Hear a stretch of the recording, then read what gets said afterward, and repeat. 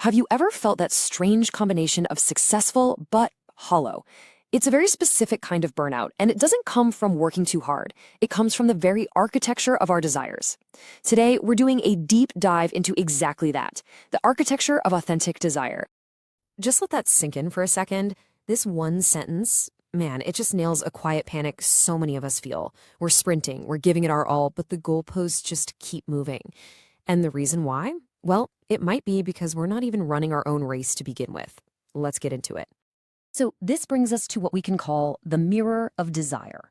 You know that feeling of chasing something, finally getting it, and then nothing? That's not a character flaw. It's not you being ungrateful. It's a diagnosable condition, and it all starts with how we learn to want things. Now, really, ask yourself this. Do your biggest ambitions actually feel like yours, or do they feel kind of borrowed? Here's the thing. Mimetic theory shows us that we don't just invent our desires out of thin air. We absorb them. We see what other people want, especially people we admire or compete with, and we copy them. Our brains are literally wired for comparison, not for some pure innate desire. And when you're constantly chasing these borrowed desires, you end up in a state we can call mimetic panic. It's that constant low-grade anxiety of feeling like you're always behind. Your nervous system is just overclocked, running at 110%, trying to hit a target that someone else set. It's a recipe for burnout. So the way out of this isn't about achieving more or grinding harder. That's just pouring fuel on the fire. The real solution is actually a process of subtraction. It's about discovering what you truly want by first getting rid of all the stuff you were told you should want. It's about wanting less, but making damn sure that what's left is yours. So you might be wondering, how did this mimetic infection get so powerful? Well, it's because of a specific feature, or maybe a bug, in our mental wiring. Let's call it the saturation glitch. This glitch is why so many smart, high-performing people fall into this trap. See, for most of human history, wanting what the tribe wanted was a survival strategy. But now, our brain can't tell the difference between a real survival need and a socially conditioned want, so it treats both with the same life or death urgency. This leads to what you could call existential poverty. You can be rich in accomplishments, but feel completely bankrupt when it comes to meaning. And the result of this glitch? It's that heavy, empty feeling right after a huge achievement. You know the one? You get the big promotion, you cross the finish line, and instead of pure joy, your first thought is just, now what?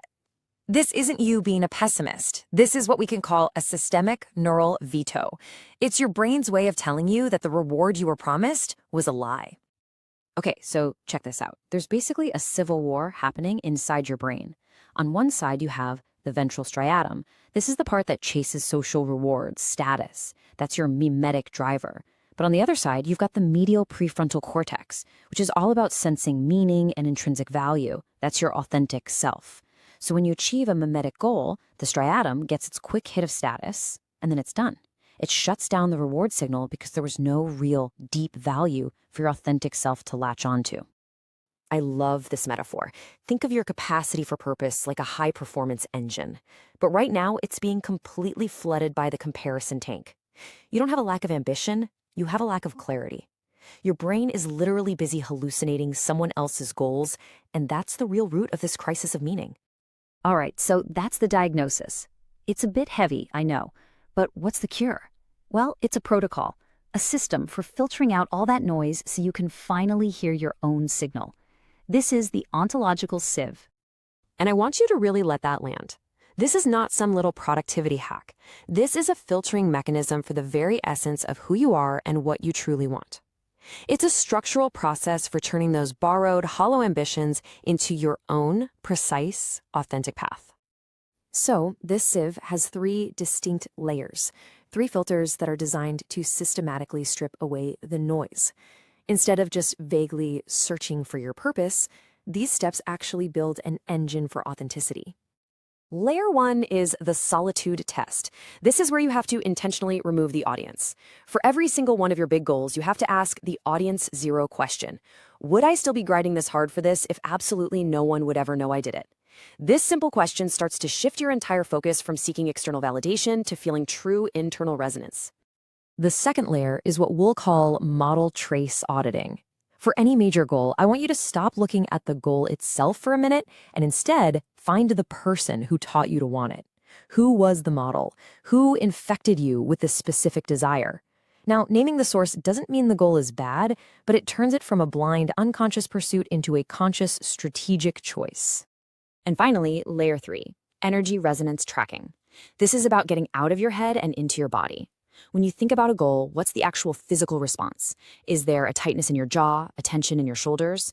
That's often the signature of a borrowed, competitive desire. But a feeling of lightness, of expansion in your chest, that's the signal of an authentic goal. It's simple. If it feels tight, it's probably them. If it feels light, it's probably you. When you apply these 3 layers, you fundamentally change how your mind operates. It stops being this passive billboard, just displaying ads for other people's expectations, and it becomes an active forge, where your own truth is hammered into shape. Now look, this isn't just some nice philosophical idea. This protocol works because it's grounded in neuroscience. So let's talk about the biology of authenticity. Here's the key. Running on borrowed ambitions is incredibly expensive for your brain. You're constantly fighting this internal veto, and that battle consumes a massive amount of metabolic energy. So by sieving your desires, by aligning with your authentic goals, you are manually lowering the energy cost of your ambition. You just stop wasting fuel on that internal conflict. This chart shows you exactly what's happening. When your ambition is borrowed, the neural cost is super high, and your brain basically restricts access to its best fuel, your executive glucose reserves. But when your goals are sieved, when they're authentic, your brain opens up the floodgates. It unlocks those reserves, and suddenly, focus, creativity, execution, it all starts to feel effortless. You're not spending energy trying to convince yourself to care anymore. And what's really cool is this creates a powerful feedback loop in your brain called the winner effect. Every single time you consciously identify and delete a borrowed goal, you send a signal to your brain that says, I am in control here. This builds a sense of internal status, and it makes the next authentic decision that much clearer and easier to make. So, by doing this work, you're fundamentally reframing your relationship with your own mind. You stop being a passive victim of all the social and biological algorithms trying to dictate what you want, and you become the active, conscious architect of your own inner world. Okay, this is where the theory hits the road. Let's walk through how you can do your very first desire audit like today. Here's your assignment. Step 1, identify your models. I want you to actually write down the names of 3 people whose lives or achievements you think you want. Step 2, execute the Solitude Test. Block out 1 hour, no phone, no distractions, and really, genuinely pretend you are the last person on Earth. There is nobody left to impress. Step 3, look back at your goals. Which ones still feel important when there's no audience? Hey, let's do a little interactive check-in. Right now, as you're listening to this, just pause for a second. Check in with your body. Is your jaw clenched? Are your shoulders creeping up towards your ears? Just notice it. That feeling, that tension, that's data. A clenched jaw is the physical signature of competing. An open, relaxed chest is the signature of creating. If you feel that tightness, there's a good chance you're acting on that mimetic infection. If you feel that openness, you're cleaning the circuit. You can use this little somatic check anytime during your day. Look, the main takeaway for how to apply all of this is not about adding more effort or trying harder. It's about the velocity of deletion. The real goal is to shed the weight of all those borrowed ambitions so you can move with speed and grace toward what is truly authentically yours. Okay, this brings us to our final big idea, mastering your authentic will. This is the vision, the prognosis for a life that's lived by design, not by imitation. If you only take one thing away from this whole explainer, please let it be this. The struggle you've been feeling is not because you're broken or weak or ungrateful. It's a systemic issue with how your brain's hardware is wired to deal with our hyper-connected world.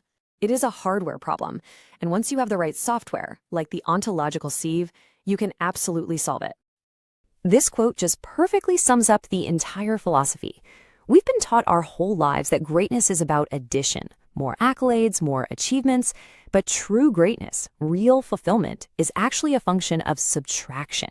It's the art of stripping away everything that is not you until only the essential, undeniable truth of your own desire is left. And let me leave you with this final, stark warning. You can try to hustle your way through a life that isn't really yours. You might even pull it off for a little while. But you can't outperform a borrowed life forever. Your own biology, your own nervous system will eventually veto the whole project. It will force you to fail, either through burnout or illness or a massive crisis of meaning, simply because the energetic cost is just too damn high. So here it is, your call to action for right now. Take your single biggest, hardest goal, the one that eats up most of your energy, and do the work. Find the model trace. Who taught you to want this? Then run it through the sieve. Ask the audience zero question. Check your energy resonance. Sieve your ambition. Because in the end, that's the whole game. Sieve the noise that society, culture, and even your own biology is constantly creating. And then, in the silence that's left behind, find your truth.